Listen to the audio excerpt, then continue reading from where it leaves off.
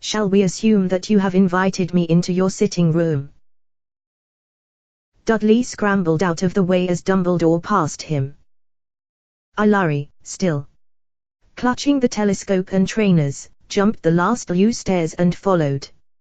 Dumbledore, who had settled himself in the armchair nearest the fire and was taking in the surroundings with an expression of benign interest. He looked quite extraordinarily out of place. Aren't we leaving, sir?" Harry asked anxiously. "Yes, indeed we are, but there are a few matters we need to discuss. First," said Dumbledore. "And I would prefer not to do so in the open. We shall trespass upon your aunt and uncle's hospitality only a little longer." "You will you?" Vernon Dursley had entered the room, Petunia at his shoulder, Tinned Dudley skulking behind them both. "Yes," said Dumbledore simply, "I shall." He drew his wand so rapidly that Harry barely saw it. With a casual flick, the sofa zoomed forward and knocked the knees out from under all three of the Dursleys so that they collapsed upon it in a heap. Another flick of the wand and the sofa zoomed back to its original position. "We may as well be comfortable," said Dumbledore pleasantly. As he replaced his wand in his pocket, Harry saw that his hand was blackened and shriveled. It looked as though his flesh had been burned away. "Sir, what happened to your—" "Later, Harry," said Dumbledore. "Please sit down." Harry took the remaining armchair, choosing not to look at the Dursleys, who seemed stunned into silence. "I would assume that you were going to offer me refreshment," Dumbledore said to Uncle Vernon, "but the evidence so far suggests that would be optimistic to the point of foolishness." A third twitch of the wand, and a dusty bottle and 5 glasses appeared in midair. The bottle tipped and poured a generous measure of honey-colored liquid into each of the glasses, which then floated to each person in the room. "Madame Rosmerta's finest oak-matured mead," said Dumbledore, raising his glass to Harry, who caught hold of his own and sipped. He had never tasted anything like it before, but enjoyed it immensely. The Dursleys, after quick, scared looks at one another, tried to ignore their glasses completely, a difficult feat, as they were nudging them gently on the sides of their heads. Harry could not suppress a suspicion that Dumbledore was rather enjoying himself. "Well, Harry," said Dumbledore, turning toward him, "a difficulty has arisen which I hope you will be able to solve for us. By us, I mean the Order of the Phoenix. But first of all I must tell you that Sirius's will was discovered a week ago and that he left you everything he owned." Over on the sofa, Uncle Vernon's head turned, but Harry did not look at him, nor could he think of anything to say except, "Oh, right. This is, in the main, fairly straightforward," Dumbledore went on. "You add a reasonable amount of gold to your account at Gringotts, and you inherit all of Sirius's personal possessions. The slightly problematic part of the legacy. His godfather's dead," said Uncle Vernon loudly from the sofa. Dumbledore and Harry both turned to look at him. The glass of mead was now knocking quite insistently on the side of Vernon's head. He attempted to beat it away. "He's dead. His godfather." "Yes," said Dumbledore. He did not ask Harry why he had not confided in the Dursleys. "Our problem," he continued to Harry, as if there had been no interruption, "is that Sirius also left you number 12, Grimmauld Place. He's been left a house said Uncle Vernon greedily, his small eyes narrowing, but nobody answered him. You can keep using it as headquarters, said Harry. I don't care.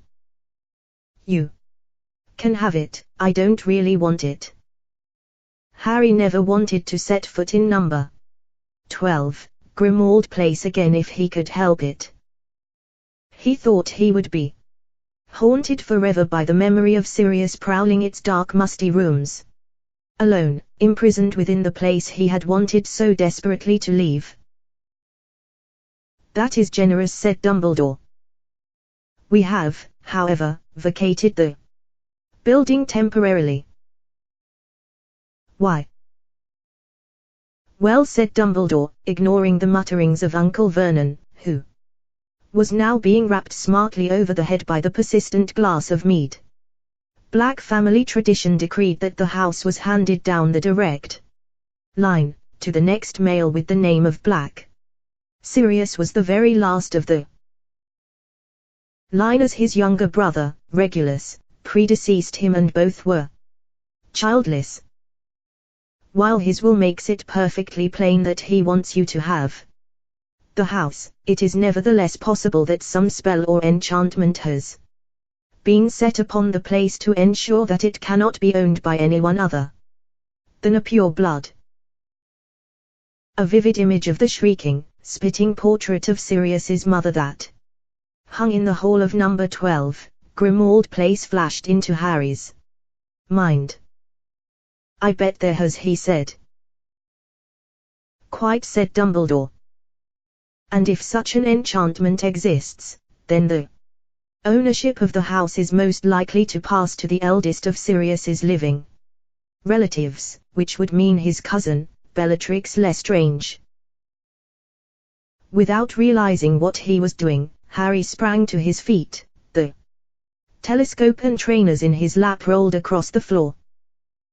Bellatrix Lestrange, Sirius's killer, inherit his house?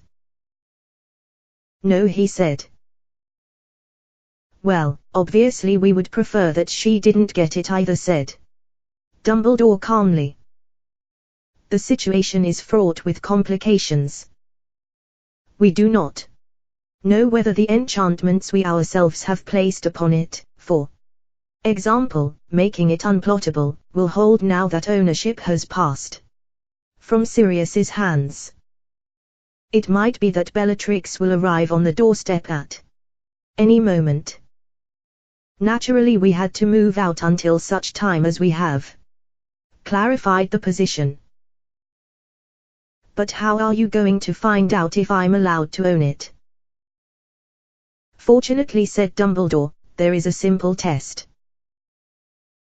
He placed his empty glass on a small table beside his chair, but before he could do anything else, Uncle Vernon shouted, will you get these ruddy things off us?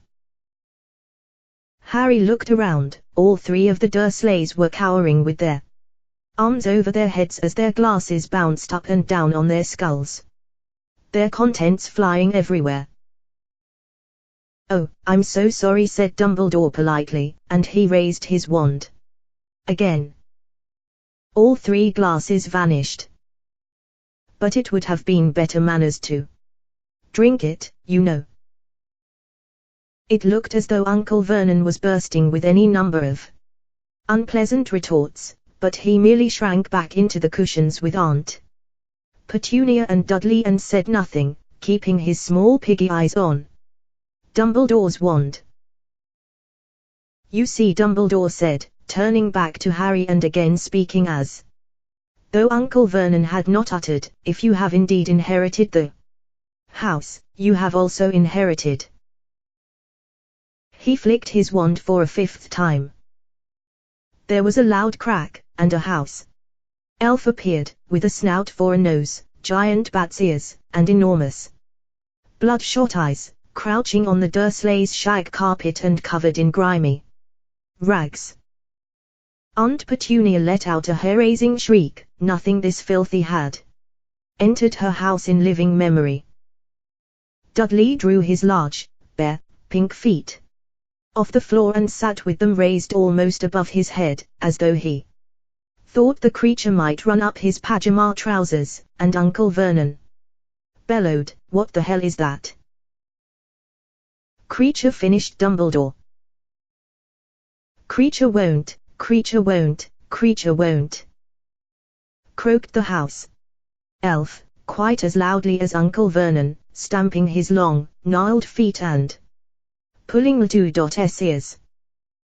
"Creature belongs to Miss Bellatrix, oh yes, creature belongs to the Blacks, creature wants his new mistress, creature won't go to the Potter brat, creature won't. As you can see, Harry, said Dumbledore loudly, over creatures. Continued croaks of won't. Creature is showing a certain reluctance to pass into your ownership. I don't care, said Harry again, looking with disgust at the writhing, stamping house elf. I don't want him. Won't. You would prefer him to pass into the ownership of Bellatrix Lestrange. Bearing in mind that he has lived at the headquarters of the Order of the Phoenix for the past year. Won't. Harry stared at Dumbledore. He knew that creature could not be permitted to go and live with Bellatrix Lestrange, but the idea of owning him, of having responsibility for the creature that had betrayed Sirius, was repugnant. Give him an order, said Dumbledore. If he has passed into your ownership, he will have to obey. If not, then we shall have to think of some other means of keeping him from his rightful mistress. Won't. Creature's voice had risen to a scream. Harry could think of nothing to say, except, creature, shut up. It looked for a moment as though creature was going to choke. He grabbed his throat, his mouth still working furiously, his eyes bulging. After a few seconds of frantic gulping, he threw himself face forward onto the carpet, Aunt Petunia whimpered, and beat the floor with his hands and feet, giving himself over to a violent, but entirely silent, tantrum. Well, that simplifies matters, said Dumbledore cheerfully. It means that Sirius knew what he was doing. You are the rightful owner of number 12, Grimmauld Place, and of creature. Do I have to keep him with me? Harry asked, aghast. Us. Creature thrashed around at his feet. Not if you don't want to, said Dumbledore. If I might make two suggestion, you could send him to Hogwarts to work in the kitchen there. In that way, the other house elves could keep an eye on him. Yeah, said Harry in relief, yeah, I'll do that. Creature, I want you to go to Hogwarts and work in the kitchens there with the other house elves. Creature, who was now lying flat on his back with his arms and legs in the air, gave Harry one upside-down look of deepest loathing and, with another loud crack, vanished.